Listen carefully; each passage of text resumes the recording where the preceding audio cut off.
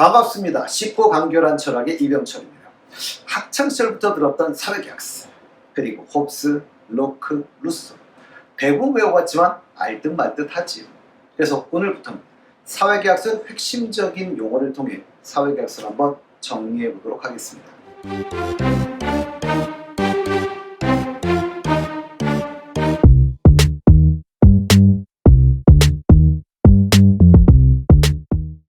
옛날에 학생들에게 사회계약서를 강의할 때였습니다.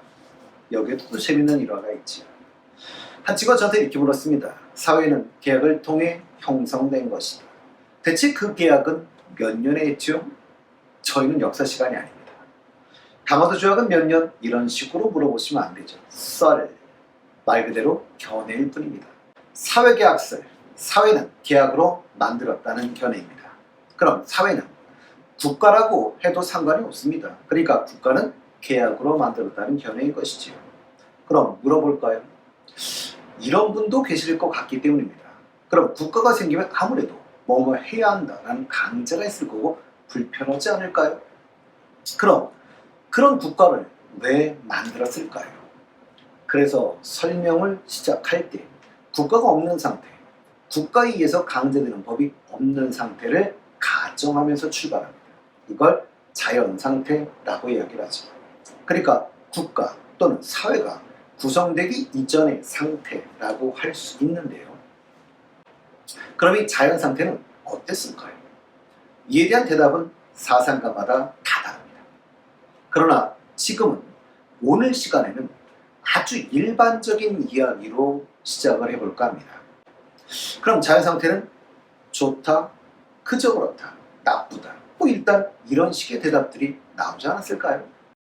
그럼 나쁘다라고 한다면 국가를 왜 만들었는지는 설명하기가 쉬울 겁니다. 그런데 좋다라는 설명으로 시작하면 국가를 만드는 이유를 설명하기가 힘들어지게 되지. 좋은데 그럼 뭐 하려고 만들어? 그럼 좋다라는 주장한 분이 계셨나요? 있습니다. 그분이 루소인데요.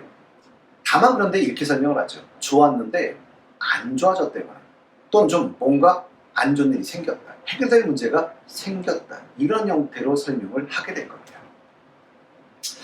그리고 이런 자연 상태에서 인간은 누구나 태어날 때 갖는, 또 이걸 생득적이라고 하지요. 이런 권리를 갖고 있다라고 주장합니다.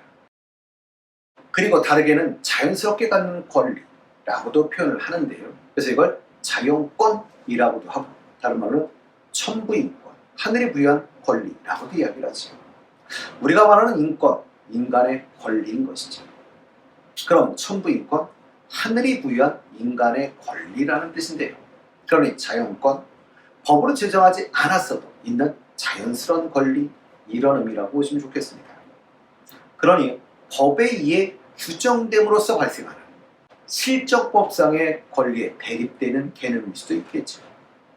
그럼 우리가 생활 속에서 사용하는 기본권은요, 인권이 헌법에 규정되어 있어서 국민의 권리로 정해진 것들이죠. 현재 우리나라는 행복추구권, 자유권, 평등권, 참정권, 사회권, 청구권 등이 있는데요. 일반적으로 자연권이라고 생각되는 것을 성문화에서 나타난 것 정도로 이해해 주시면 좋을 것 같습니다. 물론 법이나 정치를 전공하시는 분들이 계시다면 자연권이 기본권이 되는 것은 아니죠. 그러나 지금 여기서는 자연 상태에서 자연권이 국가가 형성되면 기본권으로 확립됐다 정도로 이해하시면서 이야기를 들어가시면 좋을 것 같습니다. 그럼 자연 상태에서도 갖는 권리, 자연권, 권리가 있다라고 했었는데요. 그럼 어떤 권리가 있는 걸까요? 자연 상태에서 갖는 모든 권리입니다. 우리 이 상태를 알 수가 없으니 정확히 나열하지는 않습니다. 다만 사상가마다 강조하는 포인트가 되는 권리가 조금 다른 것이죠. 미리 먼저 한번 잠깐 본다면 강조하는 권리 가장 하나씩만 한번 예를 들어볼까요?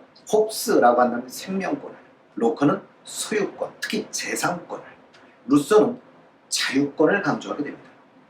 그리고 공통점은 자연 상태에서는 누구나 자연권을 향유하지만 보장이 잘 안 된다라고 주장하죠. 그래서 이 자연권 보장을 위해서 국가가 필요하다라고 보는 점은 같습니다. 그리고 자연상태, 자연권, 이것에 이어 중요한 개념이 자연법이라는 개념인데요. 자연법은 고대서부터 이어지는 개념이라 고대 철학에서 주로 스토아를 통해, 중세에서는 토마스 아퀴나스를 통해, 그리고 근대에는 사회개혁론자들을 통해 설명을 주로 하게 되는데요. 사회개혁론자들의 자연법에 대한 생각은 차이가 아주 심합니다.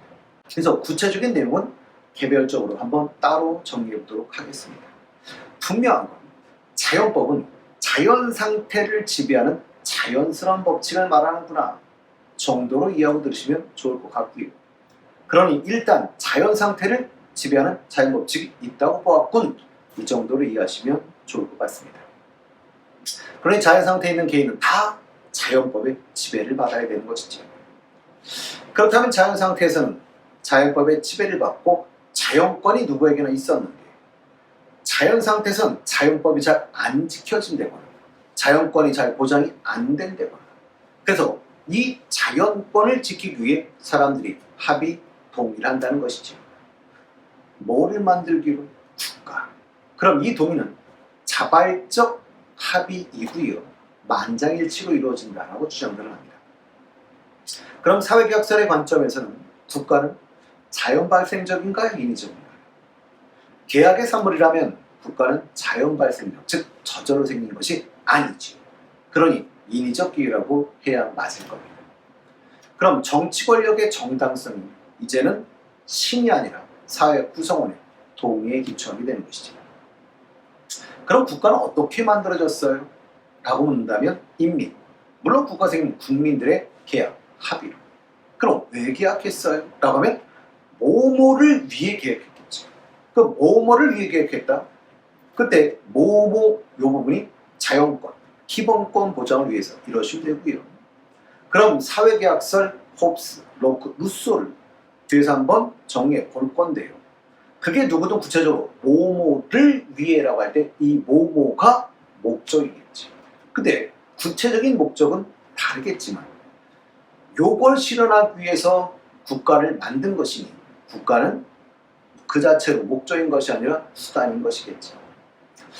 자, 그럼 앞에서 다룬 자연권과 한번 연결을 해보신다면 홉스는 생명권, 다른 말로 생명 보존, 안전 보장을 위해서 국가를 만든 것이고, 로크는 당연히 이걸 인정하지만 강조한 게 뭐라고 했죠? 재산, 소유권의 보장을 위해서 일 거라면, 루소는요 자유를 보장받기 위해서죠. 그래서 루소의 유명한 말이 자연으로 돌아가라 라는 말인데요. 그럼 다시 한번 생각해 볼까요? 자연으로 돌아가라. 다시 자연 상태로 돌아가라는 말은 아닙니다.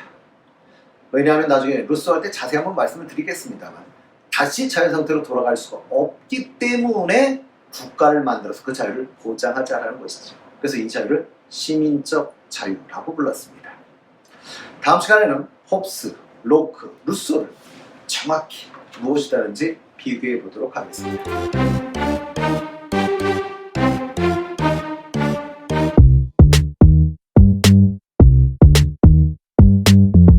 그런데 이 자연 상태는 철학적 사고에 만들어진 가상 상태인 겁니다.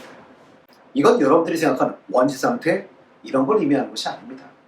자연 상태란 국가가 어떻게 형성되게 되었는가를 역사적으로 소급하고 있는 것이 아닙니다. 그러니 국가가 어떻게 형성되었는가라는 사실적인 문제가 아니라 국가 형성의 정당성을 도출하기 위한 이 상황은 가상적 상황인 것이죠. 가상적, 논리적 상황의 추론을 통해 그러니까 이렇게 국가가 생기게 되었을 거야 라고 설명하는 이론인 것이지. 결국 자연상태는 머릿속에만 있는 상상의 상태인 것입니다. 국가도 국가에 의한 법과 같은 규범도 없는 상태라는 가정을 하는 논리적 가상 상황인 것이지. 실제로 우리가 태어나기 전 모르죠. 자연상태? 그럼 국가 있기 전 우리 모르죠. 우리는 태어났더니 국가가 있었으니까요. 그러니 자연상태는 경험적, 다르게 표현하면 실증적인 증명은 불가능합니다. 그러니 가상에서 꽃피운 이론인 것이죠. 그래서 이건 말도 안 되는 거다라는 정치적 비판도 존재합니다.